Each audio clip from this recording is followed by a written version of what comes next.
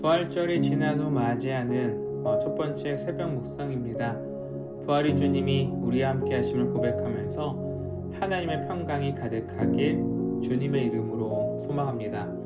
오늘 함께 나눌 말씀은 누가복음 24장 36절부터 53절 말씀입니다.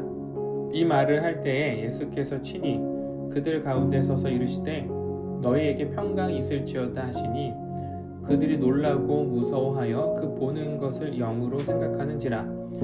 예수께서 이르시되 어찌하여 두려워하며 어찌하여 마음에 의심이 일어나느냐. 내 손과 발을 보고 나인 줄 알라. 또 나를 만져보라. 영은 살과 뼈가 없으되 너희 보는 바와 같이 나는 있느니라.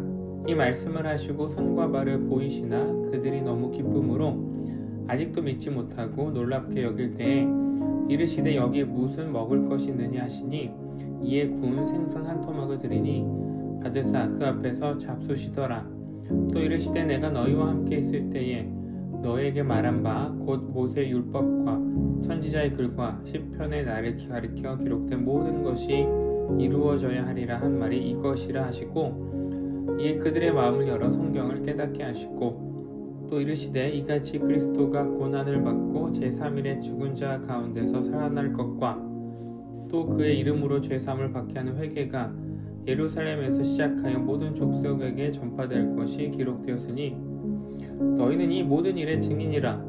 볼지어다 내가 내 아버지께서 약속하신 것을 너희에게 보내리니 너희는 위로부터 능력으로 입혀질 때까지 이 성에 머물라 하시니라. 예수께서 그들을 데리고 베다니 앞까지 나가사 손을 들어 그들에게 축복하시더니 축복하실 때에 그들을 떠나 하늘로 올려지시니 그들이 그에게 경배하고 큰 기쁨으로 예루살렘에 돌아가 늘 성전에서 하나님을 찬송하니라. 아멘. 오늘로써 그동안 살펴보았던 누가복음 말씀이 마무리가 됩니다. 천사 가브리엘을 통해서 예수님의 탄생이 예언되었던 누가복음 1장의 메시지가 십자가 죽음 이후 부활하시고 하늘로 올라가신 예수님의 이야기로 마무리되죠. 오늘 본문에 등장하는 제자들이 부활하신 예수님을 만난 이후에 놀라고 무서웠습니다. 37절 보면 그들이 놀라고 무서워하여 그 보는 것을 영으로 생각하는지라. 부활하신 예수님을 유령이라고 착각했습니다. 실체가 없는 존재라고 여긴 것이죠. 의심합니다. 그리고 정말 예수님이 맞는지 확인이 필요하죠. 그러자 예수님께서 39절 내 손과 발을 보고 나인 줄 알라. 또 나를 만져보라. 영은 살과 뼈가 없으되 너희 보는 바와 같이 나는 있느니라. 이 자신의 손과 발을 보여주시죠. 예수님의 몸이 부활했음을 증명해 주십니다. 예수님께서 제자들에게 이 자신의 부활을 증명해야 했던 이유는 앞으로 제자들이 감당해야 할 그 사명 때문이었습니다. 누가복음은 누가복음에서 끝나지 않고요. 사도행전까지 이어지는 말씀입니다. 이 현대 성경은 누가복음과 사도행전을 따로 구분해 놓았지만 사도행전과 누가복음 이 두 권의 성경 말씀은 사실 한 권의 책이요. 그래서 누가행전이라고 부릅니다. 사도행전의 말씀은 예수님의 제자들, 이 사도들이 복음을 전하며 교회를 세워가는 말씀이죠. 그런데 제자들이 이 사명을 감당하기 위해서 필요한 것이 무엇이었을까요? 그들이 증언할 예수님이 부활의 증거라는 확신입니다. 예수님께서 부활하신 후 제자들을 만나지 않고 하늘로 바로 승천하셨다면 제자들은 복음을 전하지 않았을 거예요. 요한복음 21장에 보면 베드로가 예수님의 죽음 이후 어떤 삶을 살고 있습니까? 자신의 본업으로 돌아갑니다. 다시 어부가 되었고 물고기를 잡고 있었어요. 그런 베드로에게 이 부활한 예수님은 찾아가셨고 내 양을 먹이라 라는 사명을 주십니다. 제자들이 부활의 주님을 만나지 않았다면 예수님께 배운 하나님 나라를 전파하지 못했을 거예요. 예수님은 제자들에게 주신 사명에 확신을 주고 부활의 증거를 주신 것이죠. 우리도 마찬가지입니다. 그리스도인은 부활의 증인으로 살아가는 사람들이에요. 그러나 우리가 예수님의 부활을 직접 경험했을까요? 그렇지 않습니다. 제자들로부터 이 부활하신 예수님의 이야기를 직접 들었습니까? 그렇지 않아요. 자, 그래서 우리가 무엇을 살펴야 되냐면 제자들의 증언을 꼼꼼히 살펴보는 거예요. 이를 위해서 열심히 해야 되는 것이 있습니다. 바로 성경을 자세히 보는 거예요. 예수님께서 제자들에게 나타나신 후 하신 일이 바로 말씀을 가르쳐 주신 것입니다. 44절 보면 또 이르시되 내가 너희와 함께 있을 때에 너희에게 말한 바 곧 모세 율법과 선지자의 글과 시편의 나를 가리켜 기록된 모든 것이 이루어져야 하리라 한 말이 이것이라 하시고 구약 성경에 예언된 메시아가 바로 누구다? 나이다. 예수님이다. 이것을 알려주셔야만 했습니다. 말씀을 가지고 알려주셔야 했던 것이죠. 자, 제자들은 지금 눈으로 예수님의 부활을 경험했습니다. 그리고 말씀으로 그 부활을 확인했어요.